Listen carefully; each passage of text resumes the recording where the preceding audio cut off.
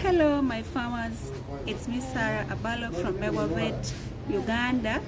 Today I want us to look at a very dangerous external parasites of our animals that really brings economic losses into our farms. And I want to majorly talk about ticks. However, we have other external parasites like the biting flies, we have the tsetse flies. There are very many.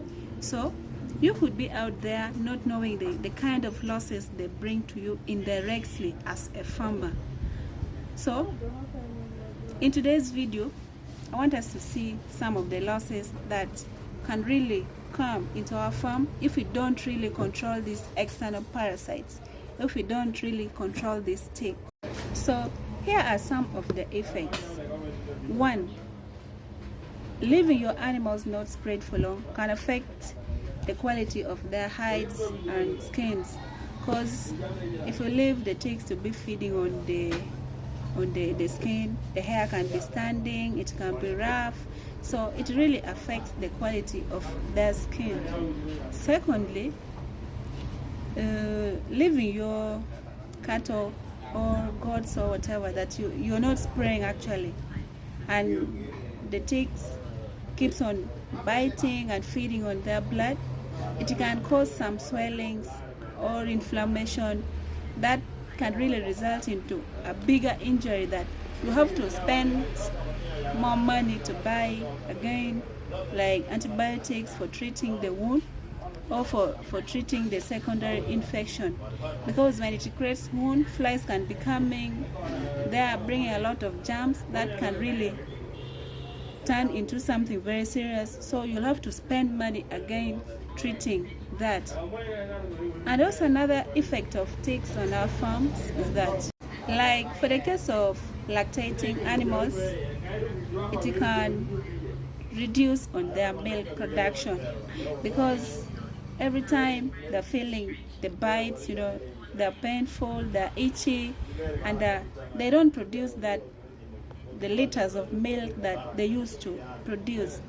And it can also cause anemia if they keep on feeding on the blood, they keep on sucking the blood. It can cause what we call anemia in our animals. There's also what we call the paralysis, that if you leave the ticks on the animal's body, that can also come to your animals. And did you know that there are very many diseases that ticks can actually bring onto your animals? We have diseases like the theileriosis or the East Coast fever. In my language, or in Lao language, they call it a diding. And some farmers believe that it is caused by milk. No, it is because you're not spraying your animals. That is caused by the brown ear ticks. Those brown small ticks that you see is the one causing East Coast fever in your animals. Please spray your animals well. And also we have anaplasmosis, we have the babiosis, we have the heart water. There are very many diseases that may come as a result of just ignoring to spray your animals. So I want us to see how we can control these ticks, we can control these external parasites, so that we really reduce on these losses. One thing you can do to control ticks in your farm is through maintaining the pasture, like as in slashing, not keeping the grasses very tall, because they will act as the hideout for those external parasites. And also burning, like those dry grasses around home, they can also act as habitats. So you can burn them to destroy the ticks that are there, and also to destroy the larva stage. You can as well use what we call the perimeter fencing.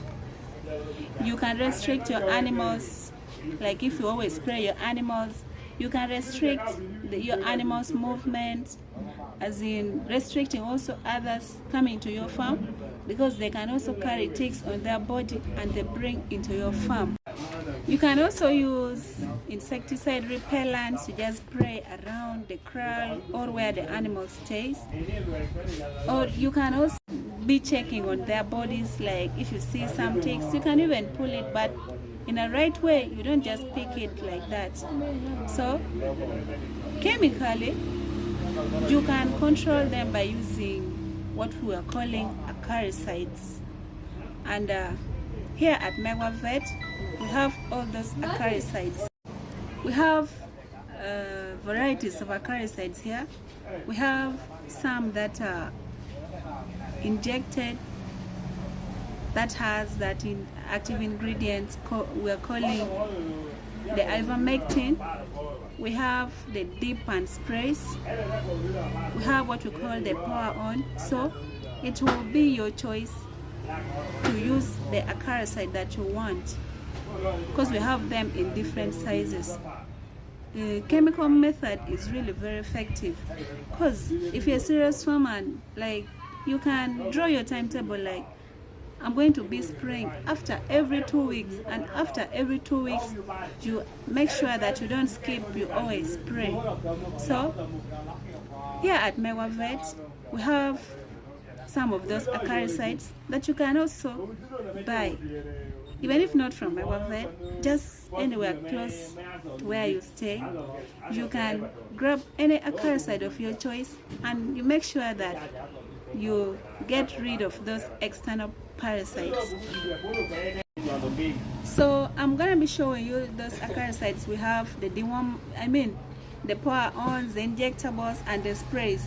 Here I have what we call the power on. The trade name is here Baiticol. Just like the name states, this one is just poured on the back of an animal. It does not involve like mixing with water and spraying. We just pour it, that line, the back of the animal, and it just spreads, and it's very effective for killing ticks. We have the injectable. This is an ivermectin, but it has this trade name Ivano. This is from Jubilee Company. It's also very effective. This one also works as a dewormer, by the way. This one kills both internal and external parasites. So you see, if you buy this, you're deworming and spraying at the same time. You're controlling both internal and external parasites. But this one needs a proper consultation from your vet before using it, because this one, the injection has to go subcutaneously, or should be just under the skin, slightly under the skin. It should not be injected deep intramuscular. So you don't need to use it if you're not sure you know how to use it. Please consult your vet and always read the leaflets inside to be guided. We also have the sprays.